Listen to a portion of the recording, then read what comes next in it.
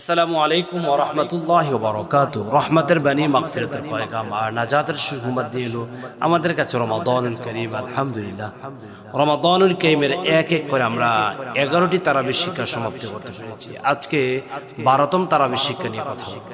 আজকে তারাবিতে হাফেজে কোরআন তেলাওয়াত করবেন 15 নম্বর পারা, 15 নম্বর পারার প্রথম নম্বর পৃষ্ঠা থেকে 20 নম্বর পৃষ্ঠা পর্যন্ত। এখানে অসংখ্য অগণিত আয়াতে কারিমাগুলো থাকবে। তার মধ্য থেকে কয়েকটি আয়াতের সারমর্ম আমি আপনাদের সম্মুখে তুলে ধরার চেষ্টা করব। সূরার সিরিয়াল বিন্যাস অনুযায়ী আমরা যদি বলতে চাই হাফেজে কোরআন কোথা থেকে তেলাওয়াত করবেন, তাহলে সূরাতুল বনী ইসরাঈলের প্রথম নম্বর আয়াতে কারিমা থেকে সূরাতুল কাহফের 74 নম্বর আয়াতে কারিমা পর্যন্ত আজকে হাফেজে কোরআন তেলাওয়াত করব। সে আয়াতে কারিমাগুলো থেকে মূল কয়েকটি পয়েন্ট আমি আপনাদের সম্মুখে তুলে ধরার চেষ্টা করছি।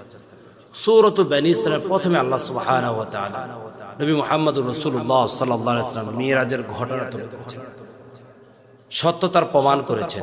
আল্লাহ তাআলা পুত এবং পবিত্র সে কথা প্রথমেই ঘোষণা করেছেন, সুবহানাল্লাযী আসরা বিআবদিহি লাইলাম মিনাল মাসজিদিল হারাম ইলাল মাসজিদিল আকসা আল্লাযী বারাকনা হাওলাহু লিনুরিয়াহু মিন আয়াতিনা ইন্নাহু হুয়াস সামিউল বাসীর। আল্লাহ তাআলা ধীরে ধীরে কথাগুলো বলেছেন। তিনি পুত এবং পবিত্র, তিনি তার বান্দাকে রাতের আধারে ইসরা করেছেন মসজিদে হারাম থেকে মসজিদে আকসা পর্যন্ত। তারপর সূরা বনী ইসরাঈলের ধীরে ধীরে আল্লাহ তাআলা এই কথাগুলো তুলে ধরেছেন।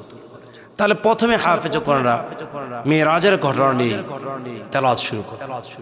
তারপর দ্বিতীয় নম্বর যে পয়েন্ট আজকে আমরা জানতে পারবো সেটা হচ্ছে সূরাতু বনী ইসরাঈলের 30 নম্বর আয়াত।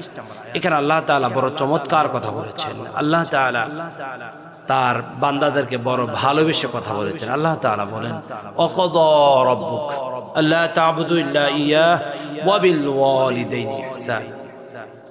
তোমরা আল্লাহর ইবাদত করার পরে, আল্লাহর দাসত্ব গুজার করার পরে, আল্লাহর কাছে মস্তক অবনত করার পরে আল্লাহ তা'বুদু ইল্লা ইয়া ওয়া বিল ওয়ালিদাইনি ইহসানা, পিতামাতার প্রতি সদাচরণ করো, পিতামাতার প্রতি ভালোবাসার পাত্র হয়ে যাও, পিতামাতার প্রতি উদার ব্যবহার করো। সে কথাটা আল্লাহ তাআলা তুলে ধরেছেন।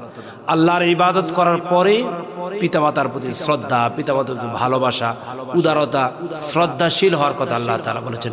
তাহলে আসুন না আমরা আমাদের পিতামাতার প্রতি যত্নশীল হই, আমরা আমাদের পিতামাতার প্রতি ভালোবাসার আদার প্রয়োগ করি। রাসূল আরবী সাল্লাল্লাহু আলাইহি ওয়াসাল্লাম বলেছেন, হুমা জান্নাতুকা ওয়া নারুকা, পিতামাতা তোমার জন্য জান্নাত, পিতামাতা তোমার জন্য জাহান্নাম।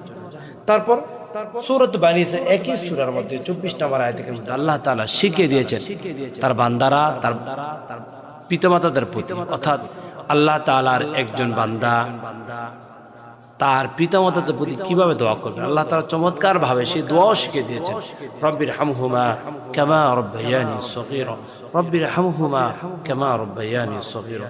আমাদের পিতামাতা জীবিত থাকুক অথবা আমাদের পিতামাতা মৃত্যুবরণ করে, আমরা সবসময় সারাক্ষণ সর্বদাই তাদের জন্য কল্যাণে দোয়া করব, আল্লাহ তাআলার মাগফিরার জন্য দোয়া করব ইনশাআল্লাহ।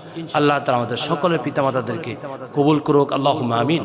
সম্মানিত দ্বীনি ভাইরা, তারপর তৃতীয় নম্বর পয়েন্টে আমরা যেটা কথা বলতে চাই সেটা হচ্ছে সূরাত বনী ইসরাঈলের 26 এবং 27 নম্বর আয়াতের মধ্যে আল্লাহ তাআলা কয়েকটি পয়েন্ট তুলে ধরেছেন। আল্লাহ তাআলা প্রথমে যে পয়েন্টগুলো তুলে ধরেছেন সেটা হচ্ছে আল্লাহ তাআলা বলেন, ওয়া আতিদাল কুরবা হাক্কাহু ওয়াল মিসকিন ওয়াবনাস সাবিল ওয়া লা তুবাযির তাবযীরা। বড় চমৎকার কথা বলেছেন, তোমরা ইতিম, মিসকিন, অসহায়, হত দরিদ্রের কাছে তোমাদের সাদগাহ করো, দানগুলো করো এবং তোমরা অপচয় এবং অপব্যয় করো। আল্লাহ তাআলা এই কথাগুলো তুলে ধরেছেন। তাহলে আসুন না আমাদের পাড়া প্রতিবেশীগুলো, আমাদের নিকটবর্তী আত্মীয়, আমাদের দূরবর্তী আত্মীয়দের মধ্যে যারা অসহায় রয়েছেন আমরা তাদের প্রতি সহযোগিতার হাত বাড়িয়ে দিই, আমরা উদারতার প্রতি প্রতীক হিসেবে তাদের কাছে চলে যাই। আল্লাহ তাআলা আমাদের সবার হাতকে প্রসারিত করুক দানের ক্ষেত্রে, আল্লাহ তাআলা কবুল করুক। তারপর আল্লাহ তাআলা সূরা বনী ইসরাঈলের 32 নম্বর আয়াতের মধ্যে বলছেন, চমৎকার ভাবে বলছেন, আল্লাহ তাআলা বলছেন, ওয়ালা তাকরাবুজ জিনা ইন্নাহু কানা ফাহিশা, তোমরা জিনার ধারে কাছেও যেও না। অর্থাৎ জিনার নিকটবর্তী হওয়ার জন্য আল্লাহ তাআলা আমাদেরকে দূরে থাকার উপদেশ দিয়েছেন। ছোট্ট ছোট্ট যে জিনাগুলো রয়েছে, হাতের জিনা, পায়ের জিনা, চোখের জিনা, বাচনভঙ্গির জিনা, কথোপকথনের সাথে এরকম জিনা হয়, আমাদের বডি ল্যাঙ্গুয়েজের মাধ্যমে যদি জিনা হয়, এই সমস্ত অসংখ্য ঘৃণিত ভয়ের কাছ থেকে আল্লাহ তাআলা আমাদেরকে দূরে থাকার কথা বলেছেন। এখানে আল্লাহ তাআলা অসংখ্য কথাগুলো বলেছেন। আমরা সময় দীর্ঘায়িত করলে ভালো হতো, কিন্তু সময়কে আমরা সংক্ষিপ্ত করার চেষ্টা করছি। তাহলে আজকে আমরা 12তম তারাবির শিক্ষা নিয়ে কথা বলছি। আল্লাহ তাআলা আমাদেরকে তৌফিক দান করে। আগামীকালকে ইনশাআল্লাহ 13তম তারাবির শিক্ষা নিয়ে কথা বলবো। আমাদের প্রতিটি প্রোগ্রাম আপনারা অবশ্যই দেখেন এবং আমাদের প্রতিটি প্রোগ্রাম দেখার আমন্ত্রণ জানাচ্ছি। আমি দৃঢ় বিশ্বাসের সহিত বলতে পারি, আমাদের প্রতিটি প্রোগ্রাম যে আপনারা দেখেন, তাহলে কোরআনুল কারীমের একটি নির্যাস আপনার ভিতরে লালিত করতে পারবেন। গোটা কোরআনুল কারীমের একটা সামারি আপনার ভিতরে অনুধাবন করতে হবে। আল্লাহ তাআলা আমাদের সবাইকে কোরআন শিকার, বোঝার, তদনুযায়ী আমল করার তৌফিক দান করুক। আল্লাহুম্মা আমিন।